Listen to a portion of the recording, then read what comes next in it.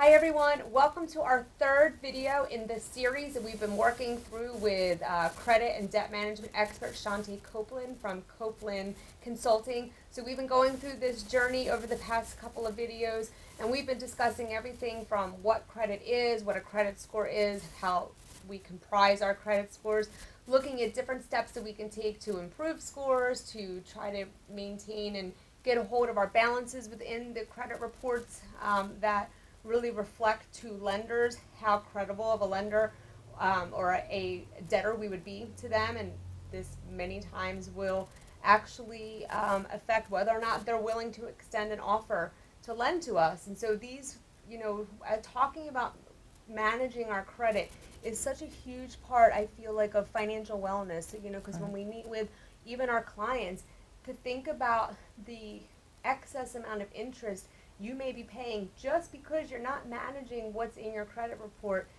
It's really important. I think for all of us as consumers, we should know what's in our credit report. We should know if it's accurate. And then we should really be taking steps that we can actively to clean up whatever we can and to keep things kind of moving forward so that we can continue to get those most favorable rates when we do need to have credit extended to us. And so right now, I am going to turn it back over to Shante, and so she's going to really talk to us today about just some different tips that she recommends to her clients, again, to make sure that your credit report is as favorable as it can be for you, especially when you are out looking for additional credit. Okay, thank you, Ashley. I think we should talk about what the credit grade is first. 300 to 450 credit score is considered bad credit. You're a low risk, you're high risk, and they don't want to extend credit to you for the long haul or for large amounts. 450 to 600, you'll be considered fair credit. 650 to 710 would be considered good credit, and 750 and 800 plus is considered excellent, which means they will gladly lend you whatever you need because you have been proven to pay them back. The key to keeping your credit on track, first thing, is to automate it.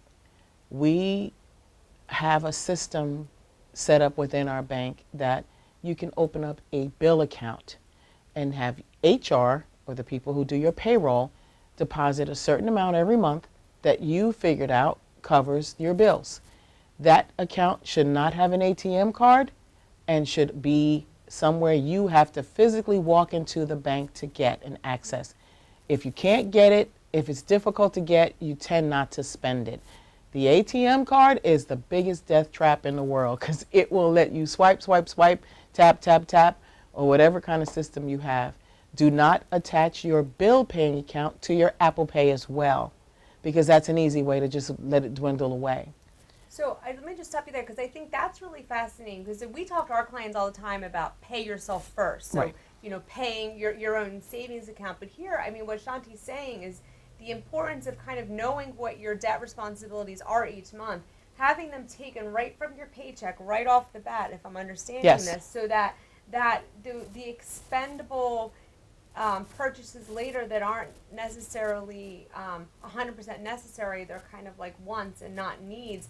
You know Right. exactly what you have left over, and so I think that's a great tool for people who's, when we have a lot of different bills and obligations, to make sure that they're covered first Right. before we're going to Dunkin' Donuts. So Yeah, and you pay yourself as well. You can treat that as a bill as well, because what I do is I have what I call a fund account, and I just put fund money in there, extra change, leftovers, this, that, and then when I want to buy something, that's the only money I can use. Interesting. If it doesn't fall under that amount, I can't get it.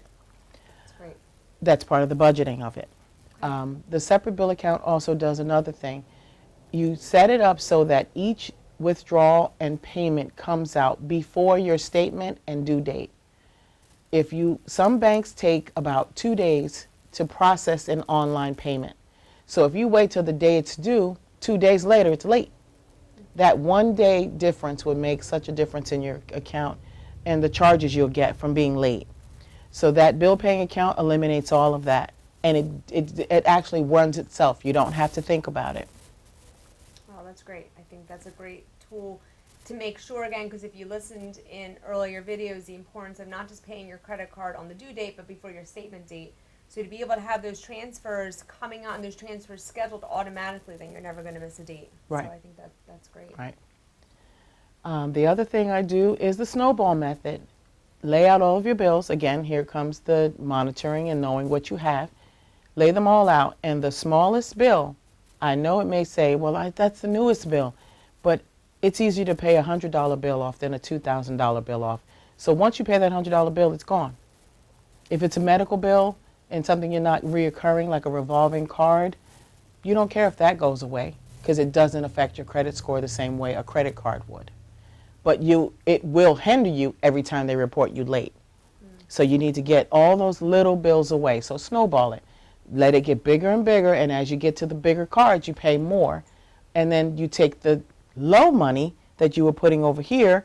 You don't say, I have an extra $100. You put an extra 100 on something else.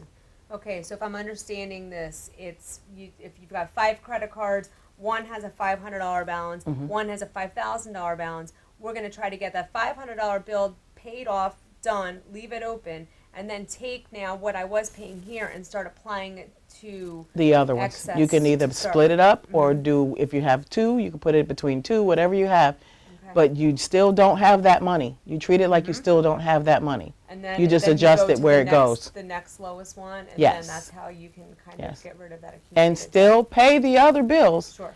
but the extra will be coming from the one you paid off. Okay, Yeah. yep, that's great. And again, it's money that we've already been paying, so we're used Yeah, to paying it. it's in the and so budget. now, yep, that's great. Yeah. I think that's a great tool. How do you recommend typically that, how should they be kind of tracking their debt? Is there a specific way that you recommend that they organize themselves, or? I'm a paper girl. My husband's a digital guy. Okay. So he has a spreadsheet, and I have the same thing. So I have to physically put in my numbers from my paper so he can see it on the spreadsheet. So whatever way you're comfortable. Okay. If you like to do everything on your phone, some people don't even have a computer. Sure. So they do everything automated on their phone. And you just set it up to your ease, whatever is the easiest for you. Okay, that's great. Because I think, too, it's important, again, we don't always want to know exactly how much Yes. credit we have outstanding, how much debt we have. But I think that for a lot of people, the first step is really just kind of putting it out there, like you said, Yeah. however you can see it and understand it, and then kind of get a feel. Because sometimes it doesn't really you don't quite realize exactly how much is outstanding until you Right. can itemize it out. And then I think that maybe can play into the fact that once you have that, now you can get yourself on a schedule. You can organize. You know exactly when your statement dates are, how much you Right. should be paying, and what date. So I think, those are great tools to me for someone who, if you're feeling overwhelmed, like I don't Yes. know what to do, because spreading a little bit of money everywhere, it's still going to be hard, I guess, to be Yeah. able to pay those numbers down. So I think that's a great start with the snowball method that you recommended. Mhm. And again, I think that just kind of reiterating the fact that, wherever your credit score stands, when Shante was going through the different, the different tiers, that credit score doesn't always have to stay like that. So Right. you may be in the bad credit or the poor or bad fair. That's okay. So now, that credit score constantly is giving us the opportunities for improvement by making our payments on time, by paying down the high interest debt when we can, making sure that if we've extended ourselves with our Right. debt to income ratios, that we just need to kind of rein that in. And on the flip side, if you have excellent credit today, it's important for you to still be kind of doing that work ongoing, Right. so that your credit.